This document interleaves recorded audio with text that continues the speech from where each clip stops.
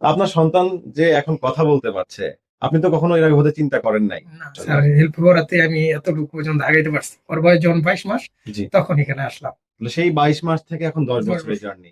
এখন তোমার সাথে একটু কথা বলি মা। তুমি কি কথা শুনতে পাও? বলো তো তোমার নাম কি? মরিয়ম বিবি, ভেরি গুড। আসসালামু আলাইকুম। শ্রবণ জনিত সমস্যা বা শ্রবণ প্রতিবন্ধকতা এটা আমাদের সমাজের জন্য কোনোভাবেই বোঝা না। তার একটা উদাহরণ আমাদের সামনে বসে আছে আজকে। তো আপনারা জানতে পারবেন এই শিশুটি তার শ্রবণজনিত সমস্যায় আক্রান্ত হওয়ার পর থেকে এবং কোন কোন চিকিৎসার মাধ্যমে এটা থেকে উত্তরণ হয়েছে এবং বর্তমানে সে স্বাভাবিক একজন শিশুর মতো জীবনযাপন করছে। তো আমাদের সাথে চেম্বারে উপস্থিত আছে আমাদেরই পেশেন্ট একজন। সে যখন 22 মাস বয়স তখন থেকে আমাদের হিয়ারিং এন্ড স্পিচ সলিউশনস থেকে সেবা গ্রহণ করছে এবং পরবর্তী সময়ে সে এখন স্বাভাবিক জীবনযাপন করছে এবং তার সাথে আছে তার বাবা। তো আপনারা জানতে পারবেন তার বাবার মুখ থেকে এবং তার মুখ থেকে যে তাদের এই যে দীর্ঘ যাত্রা, দীর্ঘ জার্নি, এটা থেকে তারা কিভাবে সফল হয়েছে এবং এখান থেকে তারা কিভাবে উত্তরণ পেয়েছে। পাশাপাশি এই জার্নিতে কি ধরনের প্রতিবন্ধকতা তারা সম্মুখীন হয়েছে। সো ও এখন কথা বলতে পারে, ও এখন শুনতে পারে, ও এখন নিয়মিত স্কুলে যায় এবং ও ভবিষ্যতে আরো বড় হবে ইনশাল্লাহ। কেমন আছেন আপনি? আলহামদুলিল্লাহ ভালো। আপনার নাম কি? আমার নাম সুমন। সুমন। আচ্ছা। আপনার কি হয় ও? ও আমার মেয়ে। আপনার মেয়ে। আচ্ছা, আপনি কি করেন? আমি চাকরিজীবী, চাকরি করেন। ছোটখাটো একটা জব করি। Very good. আপনি কত মাস বয়সে বুঝতে পারেন আপনার শিশু শ্রবণজনিত সমস্যায় আক্রান্ত? আমার বাচ্চা যখন মানে প্রায় 15-16 মাস বয়স, তখন থেকে ও কোনো রেসপন্স করতেছে না। জি। তখনই আমরা অনেকে বলছে যে ঠিক হয়ে যাবো, এতটুকু বাচ্চা কথা স্বাভাবিক, এটা না বলাটাই স্বাভাবিক। জি। পিজিতে আসলাম। জি।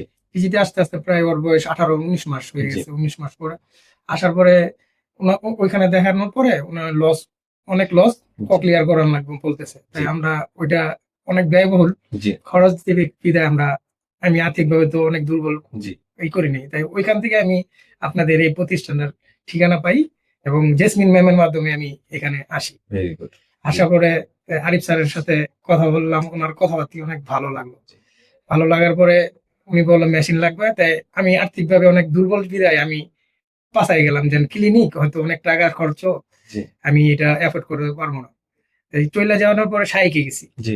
শাইকে যাওয়ার পরে ওইখানেও দেখি আমার মানে জিনিসটা ওর কানে যেন শুনবো, আমার মনে হইতেছে না যেন ওর ভালো হইব। জি।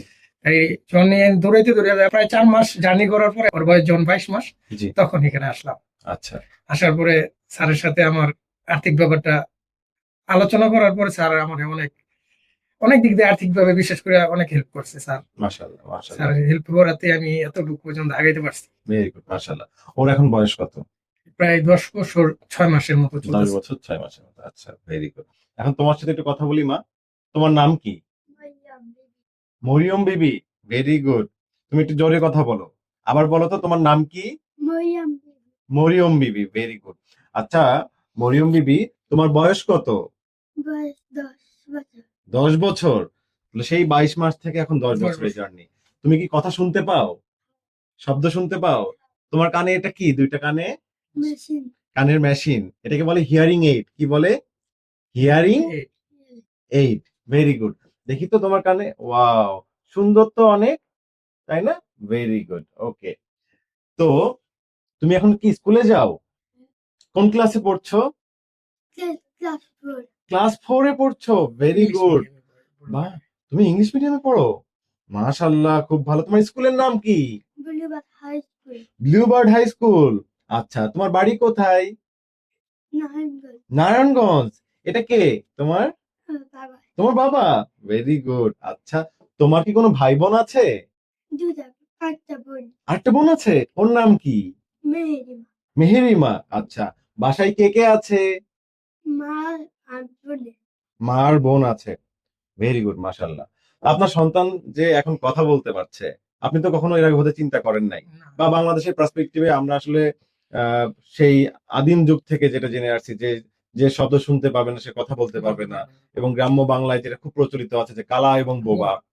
তো আপনার মেয়ে শব্দ শুনতে পাচ্ছে, আপনার মেয়ে খুব সুন্দর মতো করে কথা বলতে পারছে।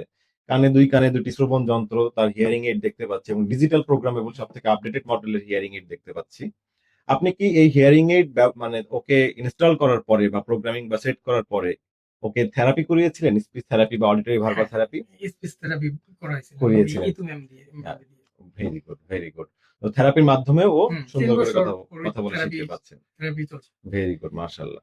দেখুন আসলে আপনি ওই সময়ে 22 মাস বয়সে সঠিক সিদ্ধান্ত নিয়েছিলেন বলে আজকে কিন্তু আপনার মেয়ে সুস্থ সুন্দর হ্যাঁ, জীবনযাপন নাহলে করতে পারছে। বধির হতো। হ্যাঁ, না হলে সে বধিরতায় ভুগতো এবং একটা সময় সে বাক বই করলে ভুগতো। মানে শ্রবণ ও বাক বই করলে আক্রান্ত হতো। দুইটাতেই সে আক্রান্ত উভয়ই। হ্যাঁ, উভয়ই হতো। এই হচ্ছে বিষয়। তো সেই দিক দিয়ে এখন স্কুলে পড়ছে। আপনি বললেন ওর রেজাল্টও ভালো হ্যাঁ, মাশাআল্লাহ। ঘুরলুম 3 না। ও 3 number roll. Very good, very good. আমরা দোয়া করি এবং ওর উত্তরোত্তর মঙ্গল কামনা করি। আল্লাহ তাআলা যেন ওকে আরো বড় করে। ও যেন একটা সময় মানুষের সেবা করতে পারে এবং মানুষের সেবায় নিজেকে নিয়োজিত করতে পারে। এবং ও যেন একটা সময় এই ধরনের পেশায় আসতে পারে। ও যেন ভবিষ্যতে একজন অডিওলজিস্ট হতে পারে, একজন স্পিচ প্যাথোলজিস্ট হতে পারে অথবা একজন চিকিৎসক হতে পারে। এটা ওর জীবনের লক্ষ্য থাকবে। এবং আমাদের হিয়ারিং এন্ড স্পিচ সলিউশন থেকে সবসময় আমরা চেষ্টা করি যারা আর্থিকভাবে একটু দুর্বল বা যে সকল মেধাবী শিশুরা আছে তাদেরকে সামনের দিকে এগিয়ে নিয়ে যাওয়ার জন্য যতটুকু সাপোর্ট সৃষ্টিকর্তা আমাদেরকে সক্ষমতা দিয়েছেন সেই অনুযায়ী আমরা ততটুকু সাপোর্ট দিয়ে থাকি। এই হচ্ছে বিষয়। এবং আমরা ওর পাশে আছি সবসময় ইনশাআল্লাহ এবং আপনাদের পাশে আছি। এই হচ্ছে বিষয়।